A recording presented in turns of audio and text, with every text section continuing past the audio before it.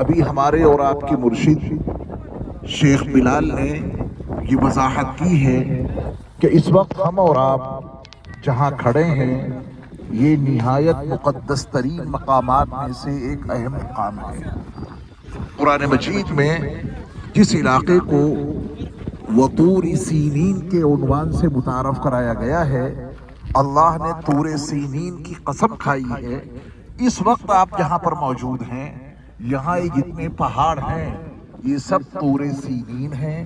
بڑا اہم اور مبارک اور مقدس مقام ہے جہاں ہم لوگ اس وقت موجود ہیں۔ طور سینین جب وہ تین میں پڑھنا، والتین والزیتون وطور سینین، تو سینین کے تمام پہاڑ آپ کے ذہنوں میں آ جانے چاہیے۔ نام یا حبیبی۔ هذه المنطقة هي جبال طور. بعد قليل سوف نرى جبل. فرما رہے ہیں کہ یہ جو پہاڑ آپ دیکھ رہے ہیں یہ طور کے پہاڑ تو ہیں ہی، ابھی ہم کچھ عرصے کے بعد جب آگے چلیں گے انشاءاللہ وہاں آپ کو ایک خاص پہاڑ دکھایا جائے گا جو جبل موسیٰ کے نام سے موسوم ہے۔ يقع ارتفاعه جبل موسیٰ کی بلندی 2900 میٹر ہے۔ اتنی بلندی پر وہ واقع ہے، اس پہ چڑھنا آسان نہیں نا۔ الآية الكريمة التي اس پہ اللہ تعالیٰ نے حضرت موسیٰ علیہ السلام کو 40 راتوں کے لیے بلایا تھا۔ پہلے اللہ نے 30 راتوں کا وعدہ کیا تھا، پھر اس میں 10 راتوں کا مزید اضافہ کر کے وہ 40 راتیں مکمل ہوئیں۔ حضرت موسیٰ علیہ السلام نے جس پہاڑ پر 40 راتیں مکمل کی تھی وہ پہاڑ بھی آپ چل کے دیکھیں گے، اسی کو جبل موسیٰ کہا جاتا ہے۔ بات ہوگی کہ حضرت موسیٰ علیہ السلام نے اللہ کے دیدار کی درخواست کی تھی، تو اللہ تعالیٰ نے جس پہاڑ پر اپنی تجلی فرمائی تھی وہ پہاڑ تجلی الہی سے ٹکڑے ٹکڑے ہو گیا تھا، ریزہ ریزہ ہو گیا تھا، اور موسیٰ علیہ السلام بے ہوش ہو کے گر گئے تھے۔ اس پہاڑ کا نام ہے جبل دکا، وہ بھی آگے چل کے آپ دیکھیں گے انشاءاللہ۔ ولكن الآن دیکھیں ایک پہاڑ کے اوپر آپ کو جو ایک عمارت نظر آ رہی ہے نو قدر کی، یہ سیدنا ہارون علیہ السلام کا مقام ہے۔ اللہ کے قریب حضرت موسیٰ علیہ السلام کے یہ بڑے بھائی، ان کا انتقال پہلے ہی ہو گیا تھا، لہذا ان کو اس مقام کے اوپر دفن کیا گیا۔ اور یہاں مزید آپ کے علم میں اضافہ کے طور پہ ایک بات عرض کر دوں کہ موسیٰ علیہ السلام مصر سے بنو اسرائیل کو جو لے کے آئے تھے وہ سارے بنو اسرائیل یہی ٹھہرے تھے جہاں پہ آپ ہیں، اور موسیٰ علیہ السلام ان کو یہاں چھوڑ کر اس پہاڑ کے اوپر گئے تھے جس کو آپ ابھی چل کے دیکھیں گے، جہاں موسیٰ علیہ السلام نے 40 راتیں گزاری تھی۔ تو بنو اسرائیل کہاں رکے تھے؟ جہاں پہ آپ موجود ہیں۔ یہاں سے موسیٰ علیہ السلام آگے اس پہاڑ کے اوپر تشریف لے گئے تھے جس کو جبل موسیٰ کہا جاتا ہے، وہ آگے ہے جس پہ موسیٰ علیہ السلام تشریف لے گئے تھے۔ حضرت ہارون کا انتقال ہو گیا تو ان کو یہیں دفن کر دیا گیا تھا۔ بات بتائی ہے ہمارے کتنے ساتھی جو باتوں میں لگے ہوئے ہیں اور وہ سمجھنے کی کوشش نہیں کر رہے ہیں کہ کہاں وہ کھڑے ہیں۔ شیخ بلال نے بتایا ہے کہ حضرت موسیٰ علیہ السلام اس مقام پر 2 مرتبہ آئے ہیں۔ سبحان اللہ، جہاں پہ آپ کھڑے ہیں حضرت موسیٰ علیہ السلام یہاں پر 2 مرتبہ آئے ہیں۔ پہلی مرتبہ اس وقت آئے کہ جب مصر میں آپ کے ہاتھوں ایک انسان کا قتل ہو گیا تھا، تو آپ مصر سے مدین چلے گئے تھے، اور مدین سے اپنی بیوی حضرت شعیب کی بیٹی جن کا نام صفورہ تھا، یہ حضرت موسیٰ علیہ السلام کی بیوی کا نام ہے، ان کو لے کے جب یہاں آئے کچھ آگے بڑھے تو آپ کو اس پر درخت پر آگ نظر آئی تھی، تو اپنی بیوی سے کہا تھا کہ یہاں رکو میں آگ لے کے آتا ہوں، پھر اللہ نے وہاں آپ سے کلام کیا تھا۔ یہ پہلی مرتبہ آپ یہاں پر آئے۔ شیخ نے بتایا کہ دوسری مرتبہ حضرت موسیٰ علیہ السلام یہاں اس وقت آئے کہ جب مصر سے بنو اسرائیل کو لے کے آپ چلے، بحر قلزم کو آپ نے عبور کیا، آپ کے ساتھ میں تقریباً 6 لاکھ بنو اسرائیل تھے، ان سب کو لے کے آپ یہاں آئے۔ اس مقام پہ حضرت موسیٰ کا دوبارہ آنا ہوا، بنو اسرائیل کو یہیں ٹھہرایا جہاں پہ آپ ٹھہرے ہوئے ہیں، اور ان کو یہاں روک کر حضرت موسیٰ علیہ السلام 40 راتوں کے لیے، پہلے 30 راتوں کا وعدہ تھا، پھر 10 کا اور اضافہ ہوا، ان کو یہاں چھوڑ کے آپ چلے گئے کہاں؟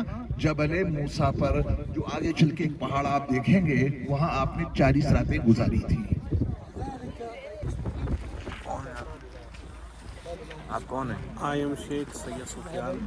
السلام 40 راتوں کو جبل موسیٰ پہ گزار کے اور اللہ کی کتاب تورات کو لے کے یہاں آئے تو یہاں بنو اسرائیل سے کہا کہ اب چلو ارض مقدسہ کی طرف جو اللہ نے تمہارے لیے لکھ دی ہے، یعنی بیت المقدس کو فتح کرنے کے لیے چلو۔ تو یہاں بنو اسرائیل نے یہ کہا تھا کہ اذهب انت وربک فقاتلا اننا ہاہنا قاعدون، اے موسیٰ آپ جائیں اس سے لڑنے کے لیے اور آپ کا رب جائے، ہم تو یہیں بیٹھے رہیں گے، ہم آپ کے ساتھ میں نہیں جائیں گے۔ اب آپ دیکھیں کتنا اہم بیت المقدس کو فتح کرنے کے لیے حضرت موسیٰ علیہ السلام کے ساتھ جانے سے انکار کر دیا تو اللہ نے ان کو وادی تیہ میں 40 سال تک بھٹکائے رکھا۔ وہ صبح سے شام تک چلتے اور جب دیکھتے تو وہیں پر موجود تھے۔ تو یہ وادی تیہ میں ان کو کب تک بھٹکائے رکھا؟ 40 سال تک۔ اور یہ ان پر اللہ کا عذاب تھا کہ تم نے اللہ کا حکم نہیں مانا، اللہ کے کلیم موسیٰ علیہ السلام کی بات نہیں مانی، لہذا تم کو اس عذاب میں مبتلا رکھا جائے گا۔ 40 سال تک وہ یہی بھٹکتے رہے۔ شیخ نے واضح کیا کہ جہاں پہ آپ کھڑے ہیں یہی وادی تیہ ہے جس میں وہ 40 سال تک بھٹکتے رہے تھے۔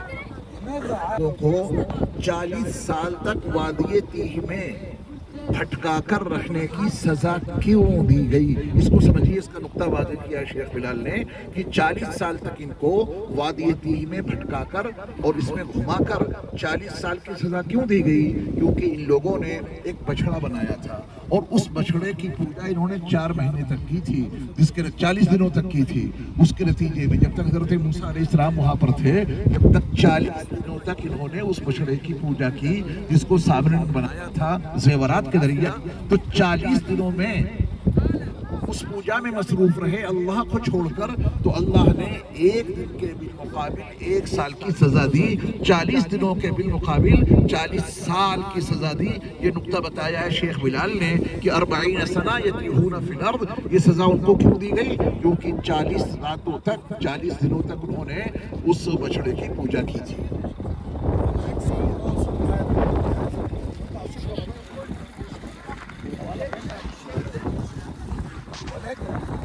حضرت ہارون کا انتقال ہو گیا جو حضرت موسیٰ علیہ السلام کے بڑے بھائی تھے، اور ان کا انتقال یہی ہوا۔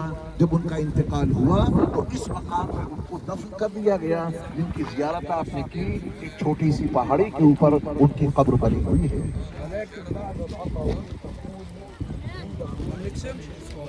جب بنو اسرائیل یہاں سے چلے تو انہوں نے حضرت ہارون کا لبادہ پہن لیا تھا۔ بہرحال جو بھی اللہ کے علم میں وہی زیادہ بہتر، وہی زیادہ صحیح ہے۔ ہارون علیہ السلام کا مقام انہی کے بالمقابل اللہ کے نبی حضرت صالح علیہ السلام کا مقام ہے۔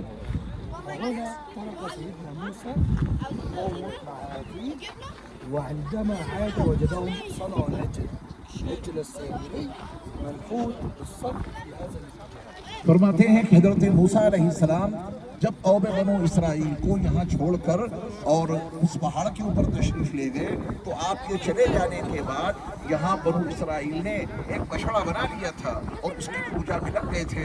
فرماتے ہیں کہ اس بچڑے کا پتھر میں نمونہ آج بھی سامنے موجود ہے۔ الآن يا شيخ آپ لوگ جا کے پہلے اس کا فوٹو بنا کے لے آئیے، بعد میں سن لینا۔